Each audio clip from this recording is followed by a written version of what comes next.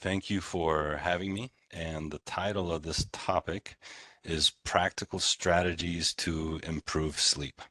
And what's interesting is that when people say the word sleep, it sounds singular. It sounds like it's one simple word. You can say the same thing about water though. And water can be a morning dew. Water can be a thunderstorm. It could be snow. It could be a hurricane. It could be fog. And water sounds like it's one word, but it could be so diverse. And the same is with sleep. And there's going to be some things that we're going to discuss that are going to help people sleep over the next couple days to weeks. And there's also some things that sometimes people need a sleep study for, or other types of evaluations. And this is a half hour thing, so it's, there's some things that are beyond the spectrum of what we're going to talk about. But in practical strategies for improving sleep, I always like to talk about what normal sleep is. And here is a normal night's sleep, and we need this both for our brain as well as even our immune system as well. And every hour, we do go into another stage and cycle of sleep. And here I have 5 different diagrams purposely to show that they all show the same thing. And this right here is time, okay? And in every single example, we see that every hour we go into another stage and cycle of sleep, regardless of what the color is. Now, in this REM sleep over here, this is the part of sleep that we are making memories, which is why you may dream of something that you did today, or of a person or a place of a year ago. And we need that REM for learning. And then we have another stage of sleep that's not REM, and that's actually exactly what it's called, non-REM sleep. And the deepest sleep that we get is in the first half of the night. And during that deep sleep, our brain waves are really slow, to the point that that's actually what it's called. It's called deep slow wave sleep. Now, that deep sleep is where kids are growing, where growth hormone is secreted, but it's also the part that washes away all of our fatigue and sleepiness. So it rejuvenates our brain. Now, this is important because this is why daytime sleep makes it so that you don't sleep well on a regular basis at night. I give an example that if someone is on their way to a restaurant and they eat a sandwich on the way there, when they get to the restaurant, they're not going to be hungry. And just like we need to develop an appetite, we need to develop a sleep appetite or a sleep drive. And um, very possibly we'll discuss this a little bit more. Now, coming back over here, really important. This says awake, all right? And in every single example I have here, you see awakenings are normal. Nobody sleeps through the night. That's an important concept to understand. And it's important because sometimes people have difficulty sleeping because something's bothering them, and what's bothering them is that they're not asleep. I can't tell anyone don't worry about sleep, but I have to tell everyone that the more that you worry about it, the less of it that you're going to get. Now, sleep is important, okay? However, I'm going to tell you something that many people find to be very interesting. If you take a look at people who have short sleep time, that they're sleeping 5 hours or less, and you compare them with people who have long sleep time, 10 to 12 hours of sleep, believe it or not, the long sleep time actually has a higher mortality. And they're dying more, and that could be because of illnesses or because of sedentary lifestyle. But what I'd like to emphasize is that sleep is important, but the sleep quality is more important than the actual quantity. And that's where sometimes we need sleep studies to assess the quality. Now, it is important to get sufficient sleep, but really what ends up happening is sometimes people are literally losing sleep over sleep. Interestingly, in children, the same hyperactivity that they may have in the daytime can be sleep avoiding behavior at night. But coming back to this concept that I mentioned, something that can be very helpful. Again, the title of this is Practical Strategy. So strategy number one is I'm going to say, I like to notify people that when you go to bed, okay, set your alarm clock for either what time you're going to wake up, okay, or what time you are not going to sleep past that particular time, okay? And when you have an awakening at night, as we see over here, when we have an awakening, and no, I didn't say if, when we have an awakening, don't look at the time. The only thing that happens when we look at the time is frustration. We start to say to ourselves, I've been up for this long. I've only slept for this long. I only have this much longer to sleep. Why can't I sleep? What's wrong with me? These are all human nature things that we start to tell ourselves in our own mind. So everyone, when they have an awakening, they need to have an individualized routine for what's right for them. Most of my patients will go to the bathroom, get some water, and then come back to bed. Um, there are some times that I feel when I have an awakening that I need cold water. And if I feel like I need cold water and the bathroom tap isn't going to do it for me, I have to go to the kitchen to get it. When I go to the kitchen, I know not to look at the microwave because it's going to tell me the time. So that's one practical strategy. Now, another thing is that there's some times that I may awaken at night and I may not be as tired as when I went to sleep to begin with, as when I went to bed. So there's some nights that I go into the den and I sit on the couch for what I feel like is 10 or 20 minutes. And I say feel like because I'm not looking at the time. Now, when I'm sitting on the couch, one of the things that I do is just kind of stare, just kind of look at one particular thing, and I like to follow my breathing as well, and we'll talk that as a different strategy. Um, but paradoxical intent is another strategy for getting back to sleep. Now, paradoxical means the opposite, so instead of forcing your eyes shut, you look at something instead. And the act of not trying to force sleep reduces some of the anxiety of not being asleep. One of the best things to look at is if you have a ceiling fan, it is a really good thing to look at. You go ahead and you put it on the slowest setting and you try to find one particular blade and you try to follow that blade.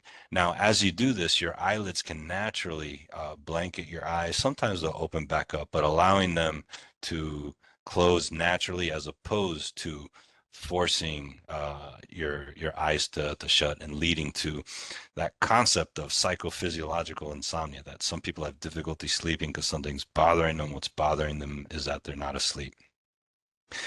Um, Another thing that can be helpful for practical strategies to sleep is relaxation training. Now, I mentioned to you that sometimes I just kind of follow how I'm breathing. And all of us can take a moment as we're doing this now and notice how you're breathing in and out of your nose, noticing how breathing in the air is cool. And when you go to breathe out, the air is a little bit warmer. Noticing how as we breathe in, the air is dry. Now, when I have little kids in my office, I have a little mirror in my bag over here. I have them breathe out on the mirror, and I say, "What do you see?" And they say, "Fog." And I go, "Yes, now allow ourselves to feel the fog." And I'll talk to everyone, interestingly, how that fog is there 24 hours a day, 7 days a week. It's there all the time, but we never notice it unless we bring our awareness to our breath. And this exercise is just that, noticing how breathing in the air is dry. Now, as you breathe out, allow yourself to feel that fog. Now, some people feel that fog in their nostrils, other people feel it in their lip, upper lip.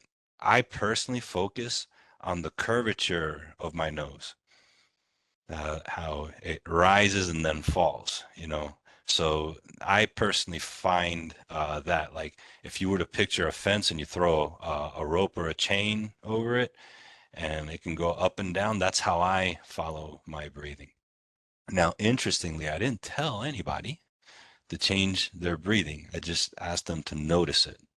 But as we notice our breathing rate naturally slows down. And as our breathing rate slows down, our heart slows down as well, and our mind is able to slow down as well. Um, so that's an exercise called awareness of breath. There are a lot of YouTubes and videos and things that you can buy on meditation. There's so much that's free on YouTube though. Um, Another thing, and the awareness of breath is my go-to for 90% of my patients. The other is if people have sleep apnea and they're on CPAP. When you have the CPAP on, you have heated humidification. So you breathe in and you have heated humidification. You breathe out and you feel that same heated humidification. So you can still do the breathing and the noticing, but you lose the element of the change. So because of that, my patients with sleep apnea, what I recommend is a body scan meditation. And a body scan meditation is when you bring your awareness to one part of your body and you become aware of it for a while, and then you shift to another part, and you go throughout your entire body. And this can be done in 5 minutes. It also can be done in the course of an hour. There's a lot of exercises that are anywhere from half an hour to 1 hour long. And the body scan meditation in particular is one of the most sleep-inducing types of activities that people can do. So when it comes to practical things that we can do for sleep, we talked about setting the alarm clock and then making it so that when we have awakenings at night that we don't look at the time. I also discourage TV use because for two reasons. TV, number one, the light can activate your brain, but number two, it's a surrogate marker of time. And you watch one episode, you know that's been half an hour. You watch a movie, you know it's been 2 hours. So you start to kind of talk to yourself about that as well. And then once you have your awakening in the morning, eliminate napping during the daytime because that causes more difficulty with sleeping at night. What's interesting is when we discuss sleep, people think that if we are deprived of sleep, that we need to sleep after school or after work, when actually what actually happens is that this deep sleep, we get into it deeper and we actually stay in it longer. You know, so it's the equivalent of let's say someone has a laptop and the laptop gets hot and a fan kicks in. If we are sleep deprived. When we get to sleep the next time, we will get into the deep sleep deeper and stay in it longer. So the another question that I commonly get is electronics. So I'm gonna ask you guys a series of questions to make a point. And when I have a patient in clinic, I'll ask them, do you drive or does your parent drive? And I'll hear a yes. You know, someone is driving. Um, I asked them, when you drive, do you think that you're trying to fall asleep at the wheel or are you trying to stay awake, alert, and look at the road? And they'd say, I'm trying to stay alert and look at the road. I'll ask them, when you drive, do you sometimes listen to your radio? And I'll commonly hear yes. Can you see how you're learning to associate that radio with being alert, with it being stimulating? As a matter of fact, some people, when they are driving and they're tired, they actually turn up the radio because it stimulates them. And they're like, yeah, that makes sense. So then I'll ask, let's just say that you're in bed or your parent is in bed and they're not asleep. Can you see how it would be a bad idea to listen to that same radio station that you find to be alerting? And they're like, yes, that makes sense. Well, I asked the question, do people go onto social media, IG, uh, check group text? Do they do that because it is a boring thing to do or because it is stimulating, mentally engaging? And they'll tell me, yeah, it's stimulating. So when it comes to electronics, using your phone or items like that, number one, the light can activate your eyes and brain and suppress melatonin. Number two, it's a marker of time. And number three, these are activities that are mentally engaging. So we want to try to associate things that are soothing or calming before bed and try to avoid the mentally engaging. Now, people also ask me about TV, and I had just mentioned that it can activate, your brain, but it's also a surrogate marker of time. There is a reality that a lot of people do watch TV before bed, and some people will even watch it in bed. I like to meet people where they're at, so I'm going to give an example of something else. Okay, anybody who knows me knows that I love football. And in the back over there, you see a picture of Coach Jose, and you see also my Buccaneers, and my mouse has Buccaneers on them. Um, and I do not like it at all when my Buccaneers play Monday Night Football or Sunday Night Football because I'm gonna watch the game, and then the game is over, and I'm still like mentally, I'm just like I'm engaged. My brain is still up, it's still wired. You know what I don't do with my friends? I've never gone out with a group of guys and watched pandas or elephants. But to wind down at night, sometimes that's what works for me. I do something different than what stimulates me. I will go to the couch and put the TV on Nat Geo and watch these elephants going through the Sahara Desert, or documentaries on this little otter that this guy seems to have adopted. Some kind of wildlife documentary is something that's calming for me. So learning to associate both your room as well as activities before you go to bed with something calming is called stimulus control therapy. Um, going Having a consistent wake time and not sleeping during the daytime is called sleep restriction therapy. Now, what time should our wake time be? It is ideal if we can have the same wake time during the weekend, but ideal is not physiologic, especially in the high schoolers that have really early wake times. But one practical advice that I can give people is don't sleep past when you need your brain. I give an example that my son's school starts at 7:30 a.m. Now on the weekend, I don't wake him up at 5 o'clock, but we don't let them sleep past 7:30 on, weekends and holidays and over the summer. When you're allowing them to sleep past when you need their brain, you're training them not to for the brain not to function during that time, and you're changing their circadian patterns, which can leave them groggy during the daytime.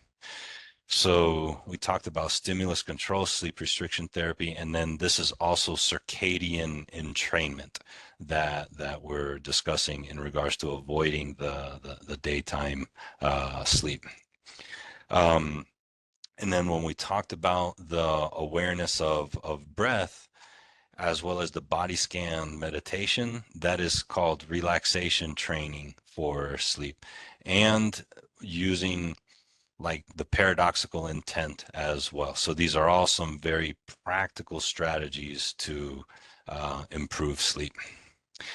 I went ahead and discussed some strategies, and then also when we're avoiding the electronics, um, that's also stimulus control, and we're doing activities that calm us down. That's also stimulus control and learning to associate our place and bed of sleep. One last thing that I'd like to add about stimulus control is I commonly hear that someone went for a sleep study. They first say, how am I going to sleep in a strange place? But then they come back saying, I slept better. Well, number one, you can't move into the room. Okay. You can't move into the sleep lab. Number two, it's because you're going into a place that you've never done homework in, you've never done your taxes in, you've never had a family argument with in. It's very similar to those Holiday Inn commercials that people are like, no, I'm not a dentist, but I slept at a Holiday Inn, and they're doing things saying that they slept at a Holiday Inn. They feel more alert and vigilant. And it's because you're associating that place with sleep. And what ends up happening is if you're doing daytime activities in your room, and in particular in bed, you're losing that association with sleep. And I see this a lot in people who are retired. They'll say, I slept better when I was in the military. Well, number one, you have early wake up times, you have early wake up times, and then you're expending energy, and then you go to the dorm at night. Dorm is dormir, is to sleep in Latin and in Spanish. And you have bunks with several people. You're not playing games in there. It's just a place that you associate with sleep. So these are some challenges that I do see in people who either work at home, or sometimes if we're homeschooled and spending too much time in the room, or just normal teens. Sometimes, heck, they'll do homework in bed, laying down. So they're even losing the association of lying down with being associated with sleep. So that's some information there on stimulus control. Is try to use your room for sleep only. You got homework, do it somewhere else. You want to watch TV, go to a game room. This was quite a situation during COVID when everyone was at home. So our goal was to go for half an hour, and we've hit 25 minutes. And I'm going to ask if there's any questions. The studies show that a temperature of around 69 degrees is actually ideal. The range may be 68 to 71. And I say it's also funny because, I mean, we have like thermostat wars at my house. I'm always hot. My wife's always cold. I set the temperature, try to set it at 70. She puts it back up. I wait till, I go to bed earlier, but when I wake up in the middle of the night, I'll put it back down to 70 or 69. Now, when I wake up, I'll put it at 74 for her. But the medical answer for what's the ideal temperature would be about 69 or 70. The correct answer is whatever she wants the thermostat on. So I had a question of what about reading in bed? Depends what you're reading. You know, if you're reading something that stimulates you, you're going to want to continue reading, you know, throughout the night. If you're reading something that has nothing to do with what you normally do, things that calm you down, then that's fine. Interesting. They've done studies reading from a book as opposed to reading from a tablet. And reading from a book gives you better sleep. There's more disrupted sleep in people who are reading from a tablet. Remember, tablets are activating and they can have light in there as well. I saw a question on a chat about wearables. Understand that your wearable is not on your brain. Okay, so the wearables, they are looking at movement, at heart rate, and they're giving you a surrogate marker for sleep. So they're not directly measuring your sleep. Also, these were made for the physiology of the consumers, and the consumers are mostly 60% of them are middle-aged females. Okay, so if you put this on a kid, you're going to get, I mean, way off readings. I see it all the time. I find that the wearables are neat, you know. Um, their accuracy can be around 70% depending, but you know, they're not everything. I will share this. There have been some times that I've woken up and I do my awareness of breath and relaxation exercises, and there's been some times that it shows that I was in REM, and lo and behold, I recognize that I went back to sleep, and it shows that I was in REM, and I remember a dream. There also have been some times that I know for a fact that I did not go to sleep. I know that for a fact. But my wearable device shows that I was in not just sleep, but in the deepest stage of sleep, which is only supposed to be in the first half of the night. So is the device a liar? No, that's actually a tribute to the power of meditation, of mindfulness, is that it can slow your physiology down identical to that of sleep. So even though I didn't sleep that particular time, I still got R&R. I still got rest and relaxation. There was a question about noise machines. Noise machines, again, it's all about association. Okay, if if you associate something with calmness, it'll calm you down. You know, so I like earth tones, especially in children. In children, I try to avoid water sounds because then they'll pee their bed.